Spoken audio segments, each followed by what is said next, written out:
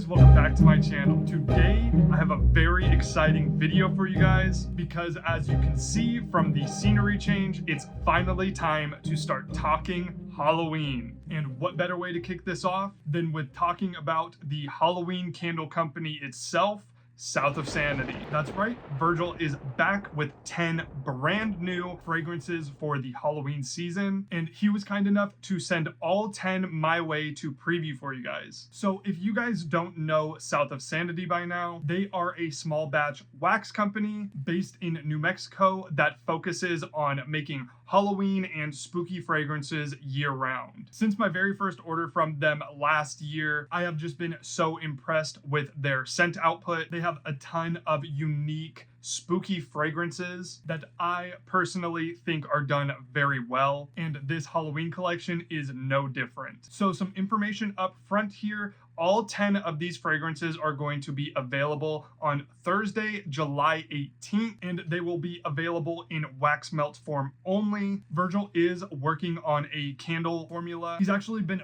very, very hard at work on perfecting the strength and performances of his candles. He was hoping to get them formulated before this release, but it's taking him a little bit longer. So unfortunately, no candles for this launch, but they will be coming later down the pipeline. So for full disclosure, before we get started here, I'm not officially affiliated with South of Sanity, but these were sent my way for free to try out for you guys. So thank you again to Virgil for sending these my way. And now without further ado, let's go ahead and get into all 10 fragrances. So the fragrances for this collection are going to be split evenly between 5 sweet scents and 5 spooky scents. So let's start out with a sweet Halloween staple with candy corn.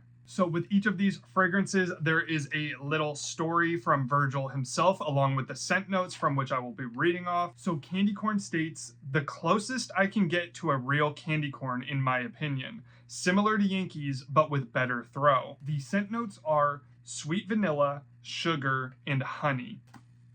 And yep, that's exactly what you get from this fragrance. It is very, very sweet. You get the vanilla and you get that really nice honey note. It does smell confectionery. There is a lot of sugar packed into this thing. Now on cold, it does smell authentically candy corn to me, but while burning this one, I did find that it more so smelled like a sweet vanilla buttercream, like a really nice cake frosting. So the only other candy corn fragrance that I have ever personally burned is Goose Creek's candy corn. And to me, the Goose Creek candy corn is very authentic, but that one can get a little bit too sweet, too artificial for me. And this one, while it is sweet, it's a little bit more palatable to me personally. So I very much prefer this version. So with this melt and all of the subsequent melts, I have given a melt of, and the performance of this one was surprisingly strong to me. Vanilla can be a really hard scent to get a good performance out of, but this thing was pretty strong right off the bat. I'd say the strength of this one was around a 7 out of 10 for me. Definitely filled up my room, very noticeable, very present, but it wasn't too overbearingly sugary sweet for me. I think all of the gourmand lovers out there, vanilla lovers out there, are really going to enjoy this one. Very nice for a fun Halloween fragrance, and it's a classic of the season for a reason. So up next here, we have another gourmand fragrance with Blueberry Pumpkin Muffin. So Virgil states, they quit making the pancake scent I used last year in pumpkin blueberry pancakes, so I made a whole new blueberry scent this year. The scent notes are ripe blueberries, pumpkin puree, and fresh baked muffin. So this one to me is very reminiscent of Bath & Body Works Blueberry Pumpkin Patch that came back last year. It's got a really nice buttery pumpkin mixed in with those ripe blueberries and that cakey, muffiny type scent. And on cold here, there's a really nice like fall autumn spice medley happening. It doesn't list it in the scent notes, but there is definitely like a cinnamon nutmeg type vibe going on in here. It's almost savory like, and I think that's coming from the fresh baked muffin scent oil. It's very heavy on the spice on cold, but while burning it, it does fade away a little bit more and you get that buttery pumpkin mixed in with the blueberries. This one was another 7 out of 10 strength for me. This one is really cozy fall, feels very homemade and nostalgic. So I think all of the fall gourmand lovers out there are really going to enjoy it. So up next here, we have another classic fall pairing, and that is pumpkin apple. I like burning Yankees spiced pumpkin and apple pumpkin together, so I kind of came up with something similar. The fragrance notes are spiced pumpkin,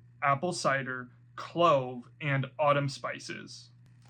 So I absolutely love this specific blend of pumpkin apple. So it does smell very reminiscent of that Yankee Candle spiced pumpkin and pumpkin apple. Although what makes this one more unique is that pumpkin is the dominant note, which is something I don't usually smell in pumpkin apple candles. Usually the apple and the spices take the dominant note, but this one has a really nice spiced pumpkin puree with just a little bit of that apple cider in the background. And while Yankee Candle's apple pumpkin is a lot more apple forward, fresh, juicy apple, this one leads with the pumpkin. This one is so fresh and crisp and warm and welcoming and nostalgic. I just really love how beautifully they blend and they play together. Although on the label here, the apple and the pumpkin are fighting for their lives. They're in a battle for dominance. The pumpkin's definitely winning, but they are playing and meddling in very well with each other.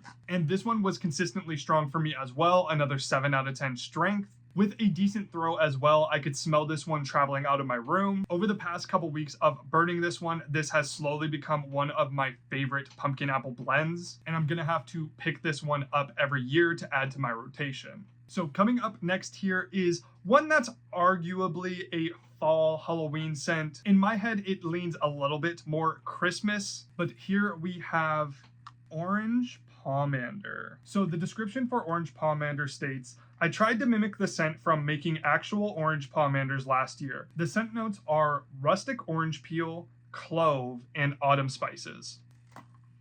So yeah, this one smells very authentic to the experience of an orange pomander. You get that bitter orange peel with just a spritz of that fresh orange juice, and then you're hit with waves of that heavy clove. So this one actually smells pretty similar to the Kringle Vintage Pomander that released last Christmas. Although this one has the clove turned up way to 11. The clove is the most dominant scent in this one for me. But a little bit unfortunate for me here, this one was my problem child. This was the only fragrance of the 10 that I tried that was struggling a little bit strength-wise. I'd say it settled in at around a 5 strength. I could smell it while I was burning it. It just wasn't super strong for me. And I think that has to do with the amount of clove in this thing. From a lot of the scents that I've tried that have a majority clove as the dominant scent note, they have had problems like that before. Hello, did you want to be in the video? So just wanted to mention that here, but if you are an orange pomander lover, if you love that bitter orange with heavy clove, then I would recommend this one as it is very authentic. All right, so for our last sweet fragrance here, we have our first conceptual scent of the bunch, and that is Trick or Treat. So the description of Trick or Treat states, my take on a Halloween candy bag, but without any chocolate. No full bars, middle income neighborhood trick-or-treating, LOL. The scent notes on Trick or Treat are bubblegum and hard Halloween candy. So this one is a very fun, vibrant Halloween candy scent. It smells really interesting. You get a really good mix of that bubblegum base and those hard Halloween candies. So hard Halloween candy isn't really that descriptive of a note, but what I really smell in here is definitely some sort of like orange, citrusy type hard candy, maybe a little bit of like a strawberry. And then the most surprising of it all is there is a scent note in here that smells distinctly to me like the juicy pear Jelly Belly jelly bean. And then those all mixed together with the bubblegum And then it's not listed in the scent notes, but there is distinctively a red hot cinnamon scent in this. And I don't know if it's supposed to be like a cinnamon bubblegum, or if it's supposed to be hot tamales or fireballs or even red hots that are mixed in with that Halloween hard candy. But there very much is a red hot cinnamon punching its way through all of that. And the strength and performance on this one was very strong. With only one cube, it was immediately producing scent. This one settled out to around a 8 strength for me and was definitely throwing itself all the way out into my hallway. This one has a very vintage, nostalgic feel to it. For the people out there who love bubblegum scents or red hot cinnamon scents, or just want an interesting fruity candle, then I would say try this one out. So now leaning into the more spooky offerings of the bunch, we have Black Pumpkin. So the description of Black Pumpkin states, one of my favorites this year. It's blended nice. The scent notes are black licorice, anise, clove, and vanilla. Yeah, and he was not lying. This thing is blended very nice. So this scent to me is very reminiscent of Kringle Candles' Halloween fragrance from last year. They're both trying to do the same thing, but the black licorice notes in Black Pumpkin are way stronger in this fragrance as opposed to Kringle's Halloween. Whereas Kringle's Halloween feels like it's trying to appeal to people who are not in on black licorice, who don't like black licorice. This one feels very much leaning into the black licorice fans. Now on cold, that black licorice and anise are really, really strong. They are punching their way through the mix. However, while burning it, it does become a lot smoother. It feels like a gourmet take on like a Jelly Belly black licorice jelly bean, because it does go there. It does get that pungent black licorice scent, but that vanilla really restrains it from going too far. And the clove in this one is very present and gives it a very nice, warm, cozy feel. This one was another one that was very strong, about an 8 strength in my room, filling it up with only 1 cube, and definitely threw down the hallway as well. So for anyone out there who is not a fan of black licorice or black licorice scents, I don't think that you're going to be won over by this one. But if you're like me and you love that scent, then this is where you're going to want to go. So up next here, we have one that's very exciting for Halloween candle fans, as it's a pseudo return of Yankee Candle's Haunted Hollow fragrance, and that is Spooky Hollow. So the description on Spooky Hollow states, my iteration of Yankee's Haunted Hollow, but very different. The scent notes are smoke machine essence, damp forest floor, and dark woods.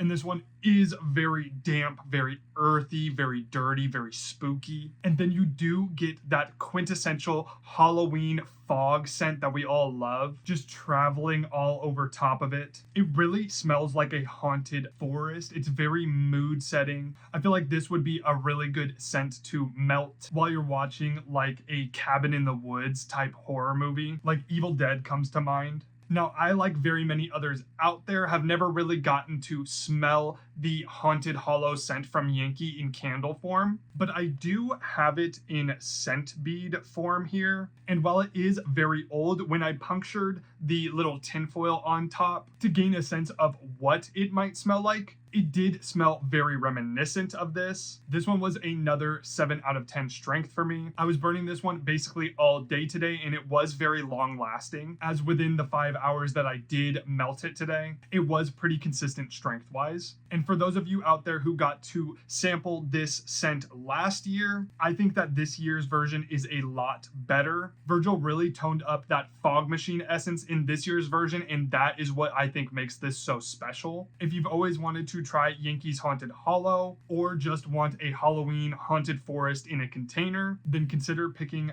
this one up. So up next here, we have one for all of the witchy coven type vibe lovers out there, and that is Descension. So the description for Descension states, in the same realm of Goose Creek's Witch's Cauldron, maybe a bit more feminine in my opinion. The scent notes are patchouli, sandalwood, neroli, and musky woods. I love this one. So if you followed my YouTube page last year and went along with my Witch's Cauldron journey from Goose Creek, you would know that when I first bought this candle, I absolutely hated it. And then within the past Halloween season, grew an affinity for it, and it has now become one of my favorite Halloween fragrances. So it's no surprise that I absolutely love this fragrance, but that's not to say that they are the exact same. So while these two share a lot of similarities, Goose Creek's Witch's Cauldron is very dirty, very earthy. Descension is actually a feminine take on it. If this candle is the potion that the witches are brewing, then this candle smells like the witches themselves. This coven of witches has definitely been in the kitchen brewing this potion for a long time. The smell of that brew is just attached to their clothes, along with whatever perfume that they're wearing. Because Descension does have a very nice feminine perfume-like scent laid over all of that dirt and earth. You get the patchouli, you get the sandalwood, you get the musk, but that neroli is what sets this one apart from Witch's Cauldron, in my opinion, because you do get a very strong floral along with those citrus notes that neroli has. And there is a really nice citrus note to this one. So Descension, in my opinion, is a lot more palatable than Witch's Cauldron from Goose Creek. So if you've ever wanted to try Witch's Cauldron in the past but were too scared of how earthy it might be, or you have tried Goose Creek's Witch's Cauldron in the past and did not like how earthy or dirty it was, then I think that Descension is the perfect alternative to it. It's a lot more inviting and bewitching as a result. All right, so coming down to the final two fragrances here, these two are the absolute heavy hitters for me personally in this collection. They're about neck and neck on how much I enjoy them. But up first here, we have Halloween Bonfire. So the description for Halloween Bonfire is my greatest creation yet, and the toughest to wick in candle form for some reason. The scent notes on Halloween Bonfire are bonfire smoke, charred cedarwood, and warm leather. Wow, this thing is intense. Capital letters, intense, exclamation point. It's heavily smoky, smoldering firewood with just a touch of that leather in there. Not a lot though.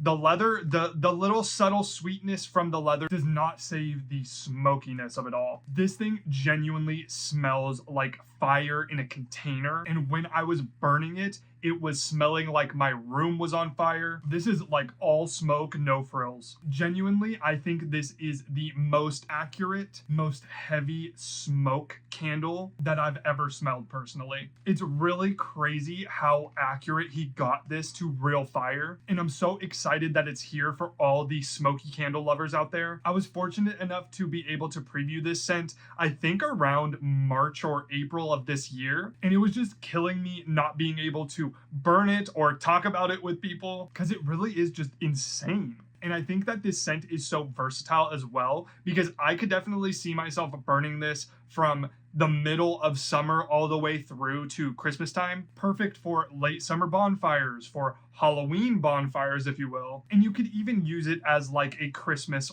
fireplace type scent. Although it's not hearthy like a fireplace is, it is definitely more bonfire, but you could get away with it. The strength on this one is very good as well. Another 8 out of 10 for me. But funnily enough, for how intensely strong and smoky it is on cold, while burning, it does lose just a touch of its edge to where it's not overbearing, at least to me. It becomes really nice and warm and cozy on burn, which is something I really love about it and what keeps me coming back to it. Listen, if you just want a candle that straight up smells like smoke, if you really want to take it there, then do not skip out on this one. I think that this is something that is very special. So props to Virgil for this one. Absolutely amazing.